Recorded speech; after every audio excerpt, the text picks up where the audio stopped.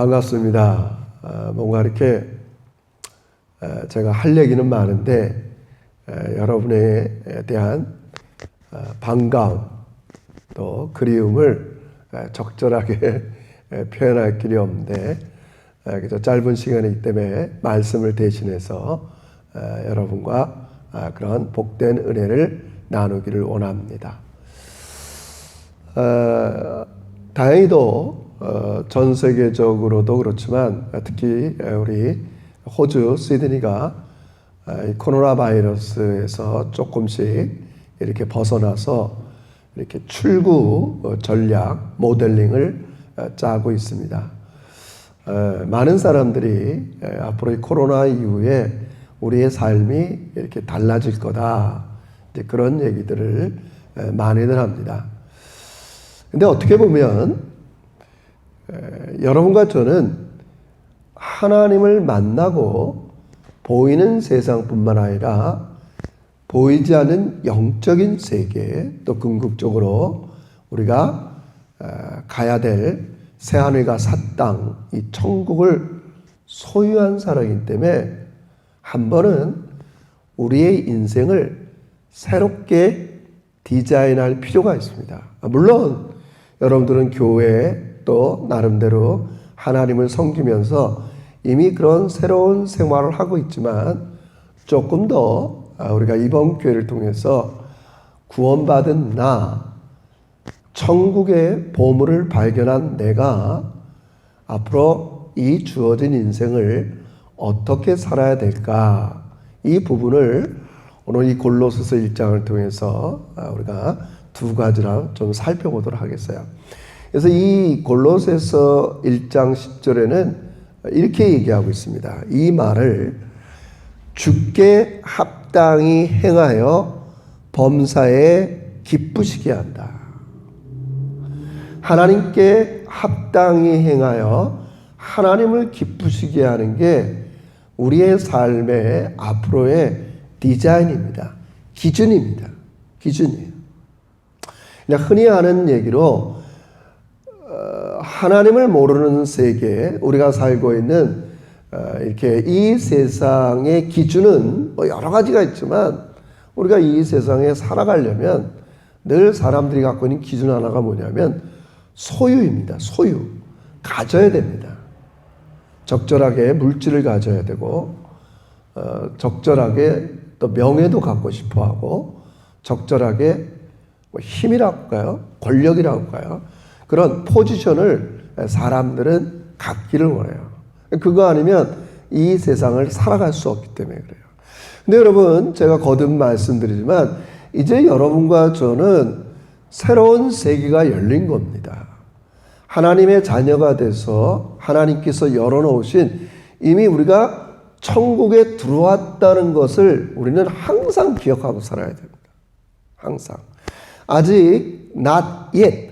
완성은 되지 않았지만 우리는 이미 천국의 그 열려진 세계로 들어간 사람들이기 때문에 이 세상처럼 너무 소유, 어떤 그런 명예, 권력을 그렇게 우리가 추구할 필요가 없어요. 왜 그래요?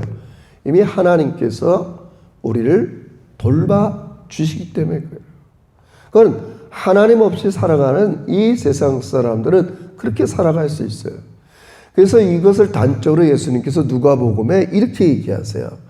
누가복음 12장 15절에 보면 삼가 모든 탐심을 물리치라.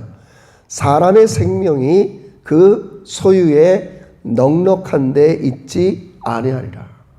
놀라운 말씀이죠. 네?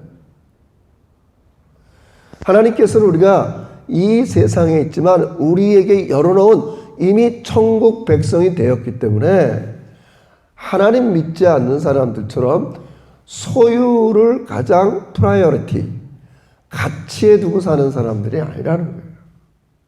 우리 그리스도인의 생명은 그 가진 거에 넉넉함에 있지 않다고 우리 예수님은 말씀하셨어요. 이미 우리는 천국 시민, 하나님이 열어놓은 새로운 길을 걸어가고 있는 사람이기 때문에 하나님의 특별한 돌보심이 있기 때문에 이거를 그렇게 뭐라 그럴까요?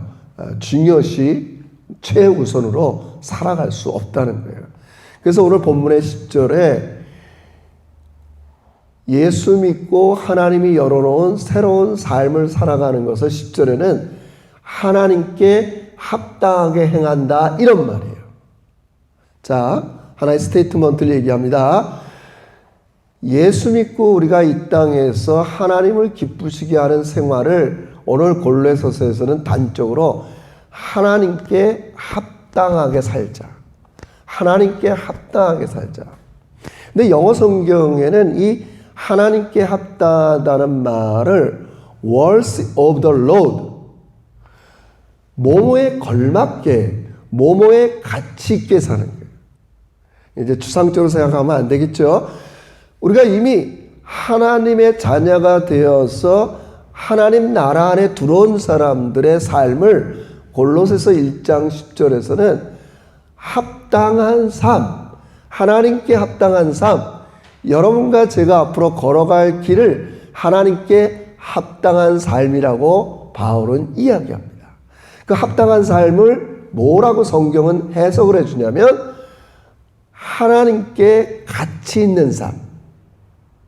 저는 이것을 좀 이렇게 묵상하다가 뭐라 그럴까, 우리 한국말에 걸맞는 삶, 천국 시민에 걸맞는 삶, 그리스도인에게 걸맞는 삶, 목사에 걸맞는 삶, 성도에 걸맞는 삶을 말씀하는 거예요. 거의 걸맞는 거예요. 항상. 그래서 우리가 앞으로 이렇게 새롭게 내 인생을 디자인하면서 항상 우리의 심령 속에, 생각 속에 둬야 될 일이 뭐냐면 매 순간순간 판단의 근거 속에 이게 하나님께 걸맞는 삶인가. 그 기준이 The words of the Lord, 주님에게, 주님의 가치에 걸맞는 삶인가. In this world, 이 세상에 걸맞는 삶이 아니라 주님의 가치에 걸맞는 삶이 우리가 걸어갈 길이라는 겁니다.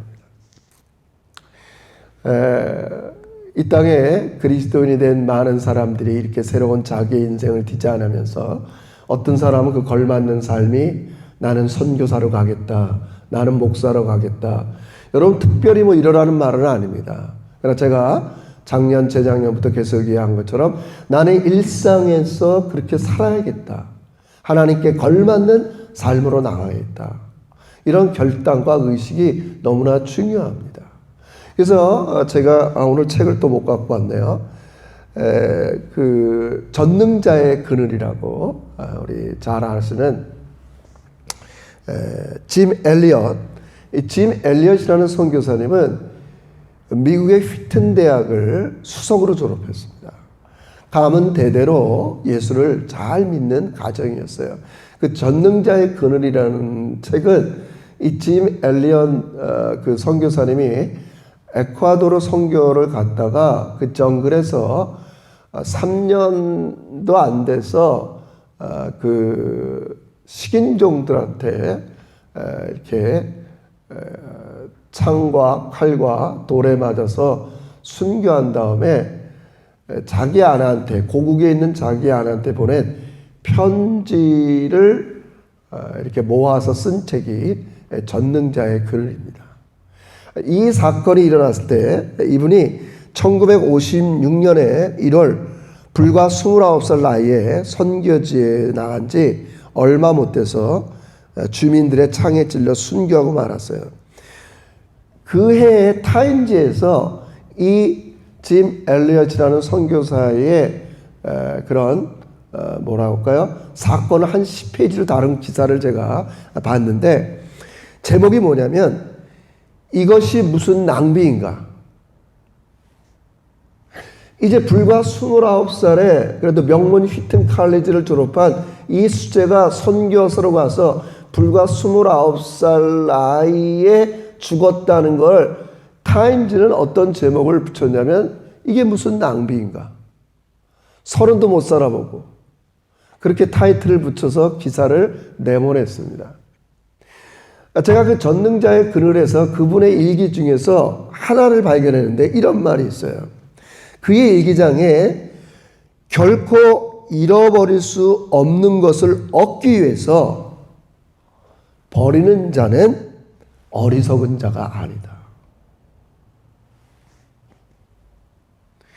모르겠어요. 그날 그가 짐 엘리엇 선교사가 결코 잃어버릴 수 없는 것을 얻기 위해서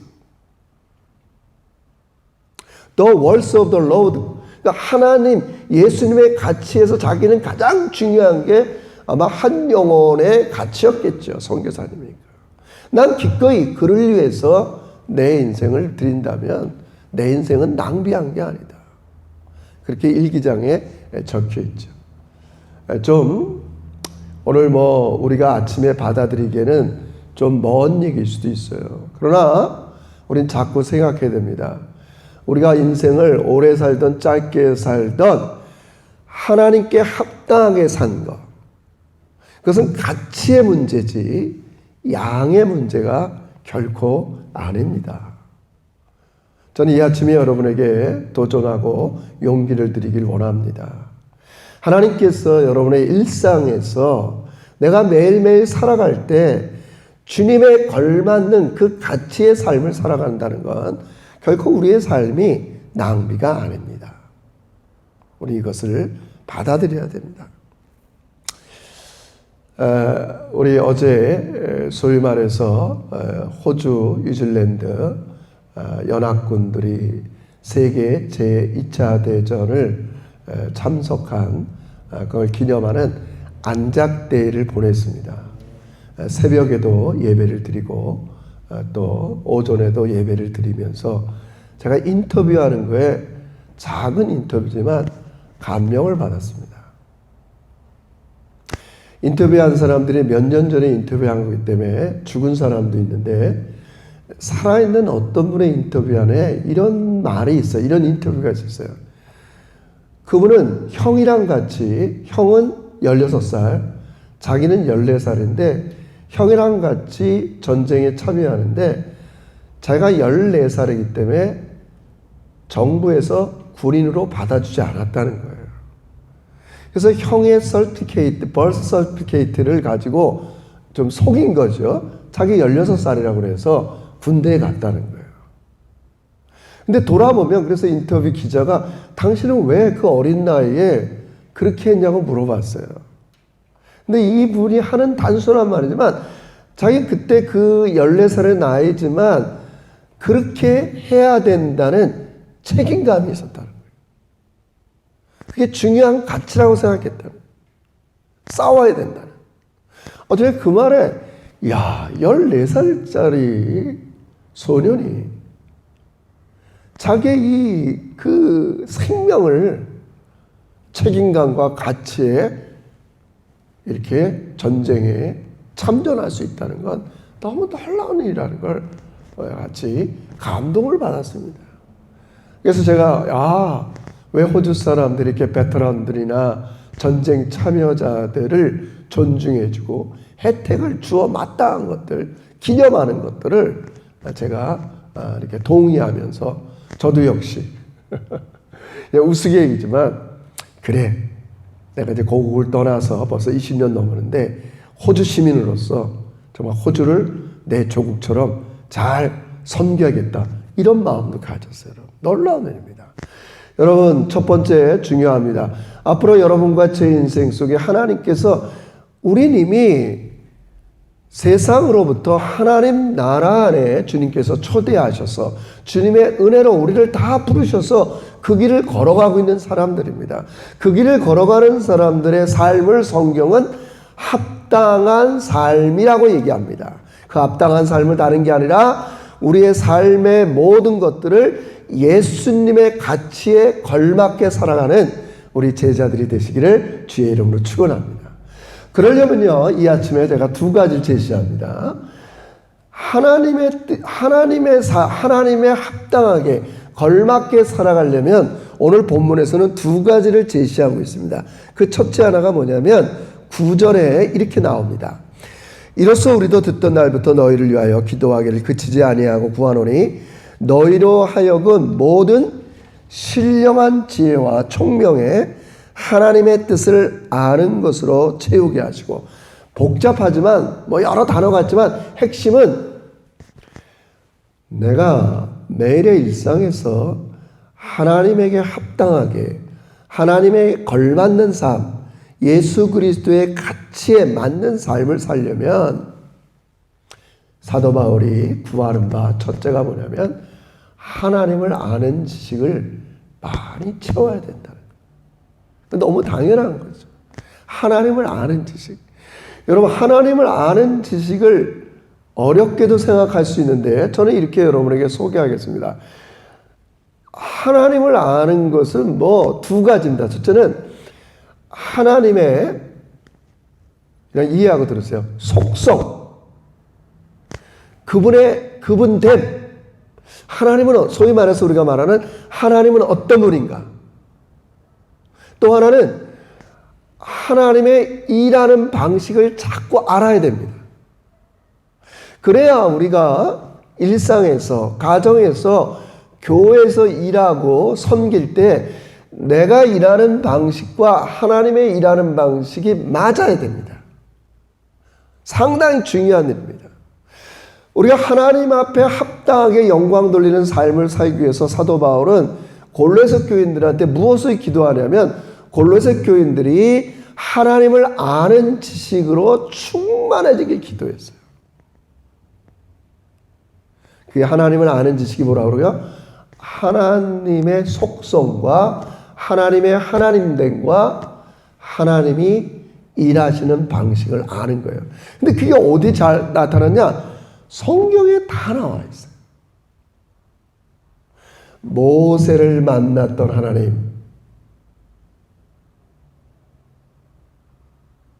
가시던 불 속에서 모세를 만나주세요.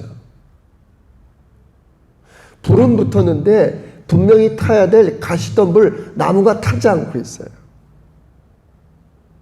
도망자 야곱을 만나줬던 하나님. 하여튼 하나님께서는 일하는 방식이 다 틀려요.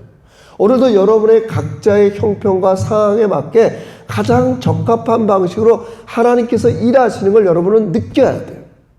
그리고 그분이 나에게 어떤 식으로 다가오시는가, 그분이 일하는 방식이 무엇인가를 많이 알아가시는 여러분과 제가 되시길 주의 이름으로 축원합니다. 저는 개인적으로 성경 전체를 통해서 오늘 본문을 통해서 우리 하나님의 속성 중에 하나가 뭐겠어요? 긍휼입니다. 컴패션이라고 그러죠. 하나님께서는 늘 여러분과 저의 삶을 보라볼 때마다, 우리가 처해 있는 상황을 볼 때마다 가장 먼저 느끼는 마음, 그건 제가 추측하는 게 아닙니다. 성경이. 여러분, 우리 예수님께서 이 땅에 처음 오셨을 때 팔레스타인, 갈릴리, 예루살렘, 유대 땅을 왔다 갔다 하시면서 그들을 볼 때마다 불쌍한 거예요. 그냥 불쌍한 거예요. 긍휼의 마음이 있다고요. 그러니까 우리가 이런 면에서 이렇게 성경이 제시하는 하나님, 예수님 일하는 방식을 자꾸 알아가서 우리 것으로 이해하고 알아가는 기쁨이 있기를 주의 이름으로 축원합니다. 여러분, 우리가 이 부분이 이렇게 쉽지만 성경은 이렇게밖에 얘기하지 못해요. 우리 하나님은 너무 측량할 수 없고 우리 인간의 그 지식과 경험으로는 헤아릴 수가 없어요. 그래서 성경을 통해서 비춰준 것 정도밖에 이해 못해요. 예를 들어서 하나님은 거룩하다. 우린 거룩하다는 게 뭔지 우리의 경험, 뭐가 거룩한 거야? 볼 때마다. 우리의 현실은 잘 못 느껴요. 그래서 성경이 표현하는 방법은 죄가 없으시다 이렇게밖에 표현 못하는 거예요. 하나님은 죄가 없으시다. 근데 이것도 어떨 때는 우리 마음에 깊이 이렇게 다가오기가 어려울 수 있어요. 왜냐하면 우리는 죄 없는 인간을 본 적이 없기 때문에 그래요. 다 죄인이고 다 흠이 있고 뭐가 죄 없는 사람이야? 여러분. 그래서 우리가 성경을 읽고 성경에 나타난 하나님이 일하시는 방식을 성령께서 내 것으로 이해하고 체험하게 하는 역사가 중요한 거예요, 여러분. 이 은혜가 우리 제작교회에 있기를 주의 이름으로 축원합니다. 제가 이 설교를 준비한 이유는 향후 코로나 바이러스가 끝나고 나서도 마찬가지지만 여러분이 집에 계시는 동안 하나님을 알아가는 기쁨으로 충만해지길 원하면서 말씀드리는 거예요. 하나님이 일하시는 방식을 여러분 많이 성경을 통해서 경험하시길 주의 이름으로 축원합니다. 저는 어떨 때 간증을 들을 때마다 사람들이 공통적으로 하는 말 하나가 하나님은 살아계시다는 거예요. 그냥 성경에만 기록되고 문자적인 하나님이 아니라 살아계셔서. 그래서 살아계신 걸 어떻게 합니까? 나를 변화시켰다는 거예요. 전 거기에 아멘합니다. 여전히 부족한 여기 목사지만 저 자신도 마찬가지예요. 하나님은 살아계세요. 그걸 어떻게 느끼냐? 내가 변해야 합니다. 변했습니다. 생각하는 게 달라지고요. 느끼는 게 달라지고요. 행동하는 게 자꾸 달라져가고 있어요. 그러나 물론 나의 이런 영적 성장과 성숙을 방해하는 사단의 세력이 여전히 존재하지만 달라지고 있어요. 제가 돌아가서 거듭 말씀드리지만 우리 하나님은 어떤 분입니까? 여러분의 상황을 다 아시고 늘 돌아보면서 우리를 불쌍히 여기시는 긍휼의 하나님입니다. 그리고 그분은 때를 따라서 여러분을 돌봐주시는 거예요. 그러니까 하나님의 아는 지식으로 가득 차야 내가 그분에 걸맞는 생각을 할 줄 알아요. 그게 합당하게 판단하는 거예요. 하나님에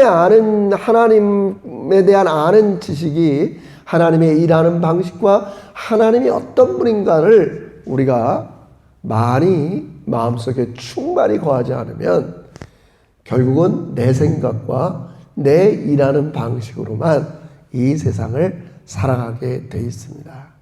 여러분, 결코 성경은 추상적인 말이 아닙니다.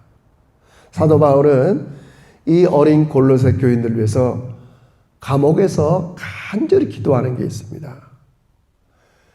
하나님께 합당한 걸맞는 삶을 살려면 너희 마음속에 하나님을 아는 지식으로 충만해야 된다.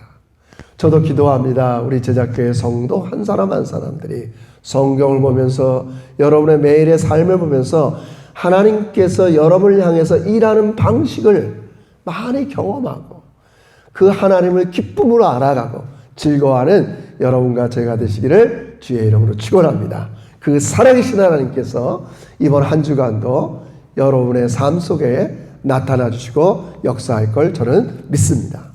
그 다음에 하나님께 합당한 삶을 살려면 오늘 이 설교의 가장 중요한 포인트입니다. 오늘 11절에 보면 이렇게 우리에게 말씀하고 있습니다. 11절에 보니까 그의 영광의 힘을 따라 모든 능력으로 능하게 하시며 기쁨으로 모든 견딘과 오래 참음에 이르게 하시고. 사랑하는 성도 여러분, 자 다시 우리가 출발합니다. 하나님께서 열어놓으신 하나님 나라 안에 우린 들어왔어요. 천국 시민으로 살아가는 그 합당한 삶을 살기 위해서 정말 우리에게 꼭 필요한 게 오늘 본문에 나온 영광의 힘을 따라서, 영광의 힘. 한번 좌우로 얘기해 보십시오. 집에서도 영광의 힘을 따라서 하는 거예요. 영광의 힘을 따라. 여기서 말하는 영광의 힘은 단적으로 얘기하면 성령님의 힘입니다. 성령께서 주시는 능력입니다. 성령께서 주시는 권능입니다. 근데 왜 사도 바울은 이거를 성령께서 주시는 힘을 영광의 힘으로 묘사했느냐? 바로 이런 거예요. 자, 제가 목사로서 더 하나님께 가치 있는 삶, 더 걸맞는 삶, 그런 삶으로 나가길 원해요. 이제 내가 더 믿음의 세계로 들어가서 하나님 나라에 들어왔기 때문에 세상의 가치나 소유나 재물이나 명예나 이런 기준으로 살지 않고 하나님의 가치로 살아갈 때에 내 앞에 여러 방해물들이 있다는 거예요. 여러 방해물들이 있어요. 그냥 예입니다. 지금처럼 코비드-19 같은 어려운 환경 속에도 있을 수 있어요. 어떨 땐 재정의 악화도 있을 수 있어요. 어떨 때는 관계 속에서 오는 고통 때문에 보복하고 싶어요. 거기 한번 매이면 나한테 상처 주고 나를 힘들게 했던 사람들이 내 머리에 떠나지 않을 때가 있어요.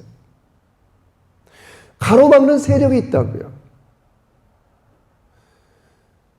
이런 하나님에게 합당한 삶을 살고자 할 때 내 앞을 방해하는 가로막는 세력을 이기는 힘을 성경은 영광의 힘이라고 얘기하는 겁니다. 저는 우리 제작교회 여러분의 가정, 특히요 우리 자녀들이 영적으로 성장하고 정상적으로 그리스도인이 되는데 방해하는 모든 악한 세력이 성령의 영광스러운 힘으로 물러가기를 주의 이름으로 축원합니다. 우리는 이 기도를 드려야 돼요. 사랑하는 성도 여러분, 사도 바울이 골로새 교회를 위해서 감옥에서 기도하는 것처럼 부모로서, 할아버지로서, 선생으로서 우린 자녀들을 바라보면서 기도해야 됩니다. 하나님 아버지 영광의 힘으로 우리 자녀들의 앞날을 가로막는 모든 방해 세력을 제거해 주십시오. 그 여러 가지 악한 세력, 힘든 것, 방해, 고통스러운 것들을 다 이길 수 있기 때문에 영광의 힘이라고 말하는 겁니다. 영광의 힘입니다. 하나님께서는 여러분과 제가 주님께 합당한 삶을 살고자 나아갈 때 그냥 내버려 두지 않습니다. 너무 좋아하세요. 여러분의 작은 실수, 부족함 너무 걱정하지 마세요. 너무 좋아하세요. 기뻐하세요. 긍휼히 여겨주세요. 그러면서 우리 안에 새로운 간구를 허락해 주세요. 얘야, 지금 제작교회에, 지금 너희 가정에, 네 영혼 속에, 네 자녀들 속에 꼭 필요한 게 있다. 그것은 성령께서 임하는 영광의 힘이 임하지 않으면 우리는 합당한 하나님의 세계로 나갈 수가 없다는 것을 가르쳐 주세요. 그래서 저는 이 말씀을 준비하면서 앞으로 우리 제작교회가 끈질기게 지속적으로 힘을 합해서 주님 성령의 영광의 힘이 우리 제작교회를 강타해 주시옵소서. 우리 제작교회의 성장을 가로막는 모든 세력을 파해 주시옵소서. 여러분, 그게 우리 쪽에서 그렇게 나갈 때 저는 이 말씀을 너무 좋아합니다. 여러분 잘 들으세요. 영광의 힘을 따라 살아갈 때 여기 뭐라 하냐면 기쁨으로 견디고 오래 참는다는 거예요. 야, 이 말 여러분 보세요. 반드시 그리스도인이 맺어야 될, 하나님 나라에 들어가서 맺어야 될 이 마음의 이 성품 하나가 뭐냐면 견딤과 오래 참음입니다. 한마디로 얘기하면 인내입니다. 인내, 버티는 거예요. 버티는 거예요. 버티는 거예요. 내가 하나님께 합당한 삶을 살고자 하는데 가로막는 세력이 있어도 뒤로 물러가지 않고 계속 영광의 힘으로 버텨나가는 거예요.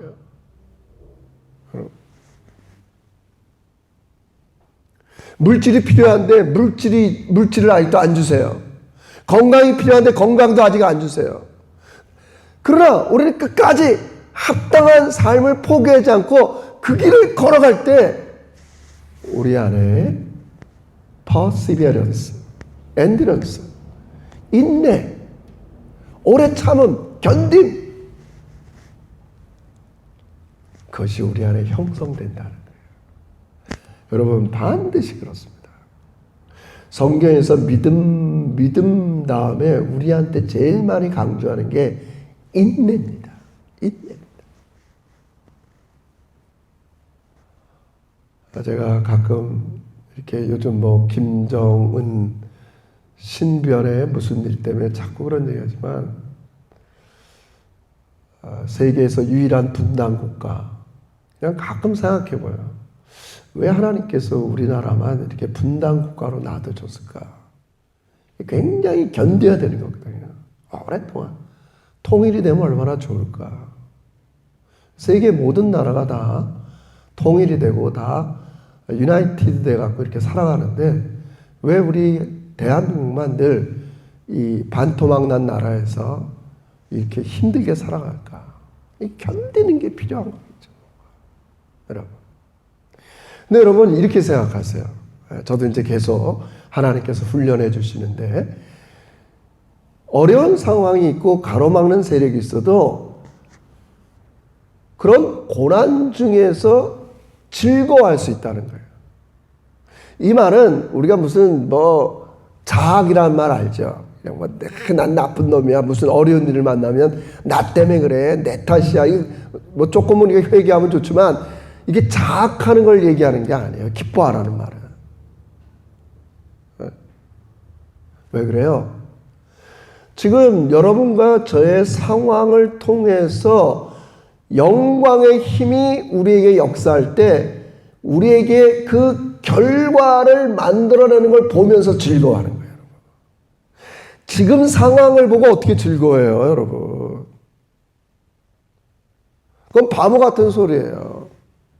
그러나 내가 변하지 않는 내 상황 속에서도 영광의 힘으로 견디고 버텨나갈 때 하나님께서 창출하는 그 결과를 보고 즐거워하는 거예요, 여러분. 저도 마찬가지입니다. 참고 견디면서 하나님께 걸맞는 목회, 설교, 가정생활 최선을 다할 때 그가 갖고 오는 그 결과를 기도하는 거예요. 놀라운 겁니다. 놀라운 거예요, 여러분. 여러분 제가 정말 확신합니다. 그건 내가 이 세상에선 내가 기도할 때 내 기도 다 들어주고 편하게 살고 이런 것과는 비교할 수 없는, 좋게 비교할 수 없는 영광의 결과가 기다리고 있기 때문에 그래요, 여러분. 그걸 오늘 이제 마지막 절에서는 기업이라고 얘기하는 겁니다. 오늘 이렇게 얘기합니다. 12절에서는 우리로 하여금 빛 가운데서 성도의 기업의 부분을 얻기에 합당하게 하신 아버지 하나님께 감사한다. 성도의 기업을 얻게 하신다고요. 내가 그렇게 합당하게 걸맞게 참고 견디고 끝까지 어떤 방해 세력이 있더라 결과가 창출해내는 기업이 있다는 말이에요. 그것 때문에 즐거워하는 거지 상황을 보고 즐거워하는 게 아니에요. 변하지 않는 상황 보고 즐거워하는 게 아닙니다, 여러분. 여러분 이 비밀이 여러분의 마음에 깨쳐지길 주의 이름으로 축원합니다. 상황을 보는 게 아닙니다. 내가 이 상황을 견딜 때 그 결과를 가져오는 걸 보고 기뻐하는 거예요, 여러분. 그래서 똑같이 합당하다는 말이 여기 써 있는 거예요. 12절 우리로 하여금 빛 가운데 성도의 기업의 부분을 얻기에 합당하게 하신 하나님께 감사한다. 오늘 설교 이렇게 정리하도록 하겠습니다. 오늘 제가 처음 출발했지만 이제 코비드 19이 끝날 때 호주 정부도 새로운 삶, 출구 전략, 모델링을 제시하려고 합니다. 우리는 그것을 떠나서 이제 예수 그리스도를 진심으로 믿고 하나님의 초대를 받아서 하나님의 시민으로서 하나님 나라에 이렇게 들어온 여러분들이 이제는 새로운 인생을 디자인해야 됩니다. 그걸 한마디로 얘기하면 하나님께 합당한 삶이라고 얘기했어요. 그 삶을 살아가기 위해서는 우리 매일매일 하나님을 알아가는 기쁨으로 충만해져야 됩니다. 두 번째는 영광의 힘을 공급받아야 됩니다. 그래서 사도 바울은 마지막에 그렇게 기도하면서 정리하는 거예요. 13절에 보면 그가 우리를 흑암의 권세에서 건져내사 그의 사랑의 아들의 나라로 옮기셨다. 이건 마치 제가 지금 계속 서두에 말씀드린 것처럼 예수 믿지 않던 우리들을 하나님 나라 안에 들어오게 하신 것. 구약으로 얘기하면 이스라엘 백성들이 애굽에서 종살이했던 이스라엘 백성들을 하나님께서 새하늘과 새 땅 가나안 땅으로 인도하는 그 과정을 똑같이 얘기하고 있어요. 여러분, 그래서 우리가 앞으로 이런 삶을 살아가면서 제가 결론적으로 우리 안에 늘 가져야 될 합당한 삶, 하나님 앞에 합당한 삶을 사는 사람들이 가져야 될 그 기본적인 자세와 열매가 하나 뭐냐? 감사예요. 성장한다. 성숙한다. 성경은 다른 것을 얘기하잖아. 아, 저 사람이 옛날보다 신앙이 많이 자랐어. 성숙해서 좋아졌어. 핵심이 뭐냐? 감사합니다. 나를 흑암의 나라에서 하나님의 사랑의 나라로 옮겨놨어요. 어떻게 감사를 안 해요, 여러분? 저는 이 아침에 성령께서 이 은혜가 여러분에게 깨달아지기를 축원합니다. 왜 하필이면 사단의 권세, 역사적으로 얘기하면 애굽 땅, 그걸 흑암의 권세라고 얘기했겠어요. 날 우리에게 뭔가 하라 그러고 우리에게 모자르게 하고 이 세상의 권세를 부렸던 이 세상으로부터 하나님의 나라를 뭐라고 표현하면 사랑의 나라로 옮겼다는 거예요. 여러분, 이 세상은 다 있지만 핵심으로 빠진 게 뭐냐면 관계 속에서 진정한 사랑이 빠져 있어요, 여러분. 그러나 이미 여러분이 하나님 나라 안에 들어온 순간 여러분이 잘하던 못하던 어떤 행동을 하던 하나를 요구하던 가장 중요한 게 뭔가 하나님과 여러분이 사랑으로 뗄래야 뗄 수 없이 맺어졌다는 거예요. 이게 너무 중요해요. 감사를 안 할 수가 없어요. 감사를 안 할 수가 없어요, 여러분. 여러분, 얼마나 다행이에요, 여러분. 여러분이 여전히 하나님을 알지 못하고 이 세상에서만 그렇게 살아간다고 합시다.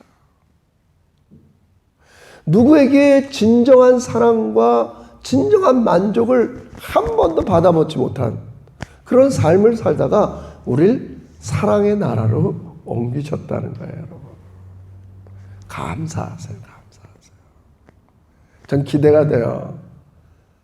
우리 코비드-19 끝난 다음에 저는 우리 제자교회 성장한 게 뭐냐? 여러분, 감사할 것밖에 없어요. 감사해요, 감사. 나를 그냥 어두운 권세의 나라에서 아무리 내가 부족하고 힘들고 하나님 뜻대로 못 살 때가 많지만 기본적으로는 사랑으로 나를 관계하시는 그 나라로 나를 옮기셨다고요. 여기 성경은 뭐라고 그래요? 그걸 속량이라고 그래요. 어떻게 옮겼어요? 그냥 옮긴 게 아니라 예수님이 값을 지불했다고요. 너를 이런 나라에 사는 거를 이 나라로 옮기기 위해서 예수께서 핏값으로 날 사셨다고요. 여러분, 이거 어떻게 감사 안 하고 살 수 있어요? 앞으로 다른 거 같고, 여러분. 저는 교회에서 원망불평, 제가 막 제지할 수는 없지만, 그건 정말 말이 안 되는 거예요, 여러분. 여러분, 그럴 수가 없어요. 여러분, 저는 가끔 이렇게, 뭐라 그럴까요? 이렇게,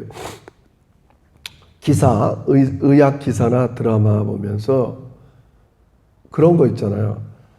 이렇게 장기 이식 수술을 해주잖아요. 보통 어떤 신장이 망가졌는데 이게 얼마나 힘들겠어요. 이 노폐물을 걸러내는 신장 기능이 망가집니다. 그래서 주변에 사람들이 이렇게 장기를 기증하잖아요.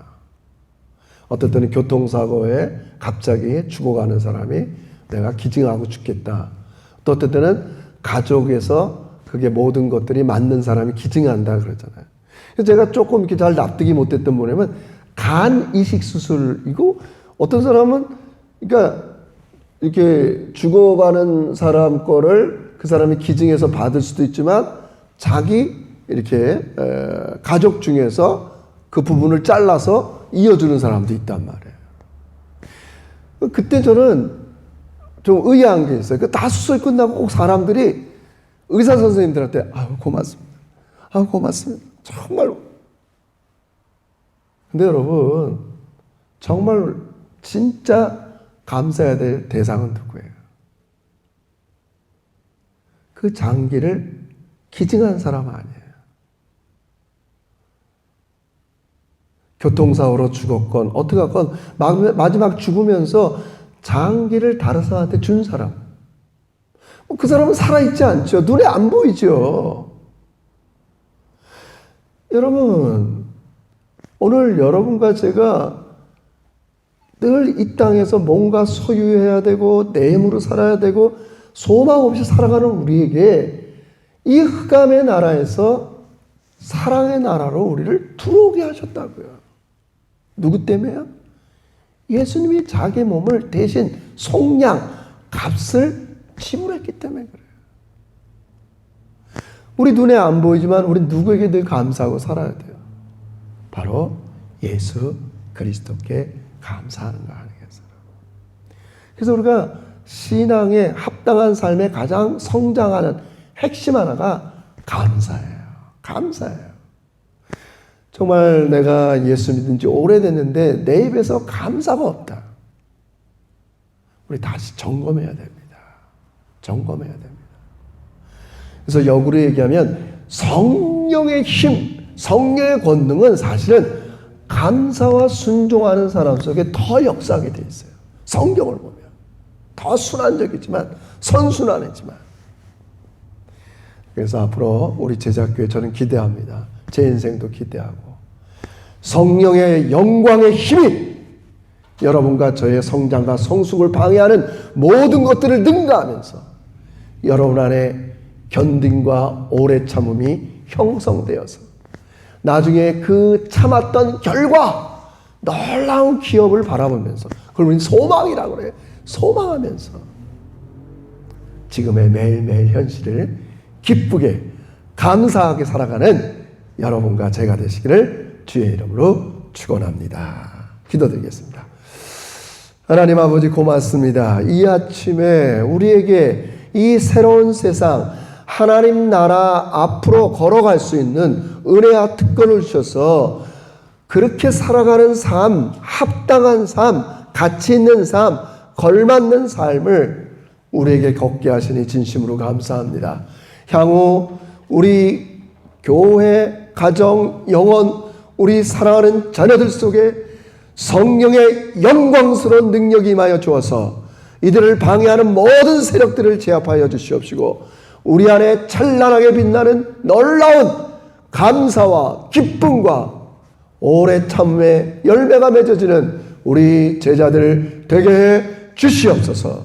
아버지 이 기간 동안 각 가정에 있으면서 끈질기게 매일매일 성령의 권능으로 살아가는 우리 교회와 가정과 자녀들 될 수 있도록 매일매일 힘을 합하여 기도하는 우리 제자들도 되게 해 주시옵소서.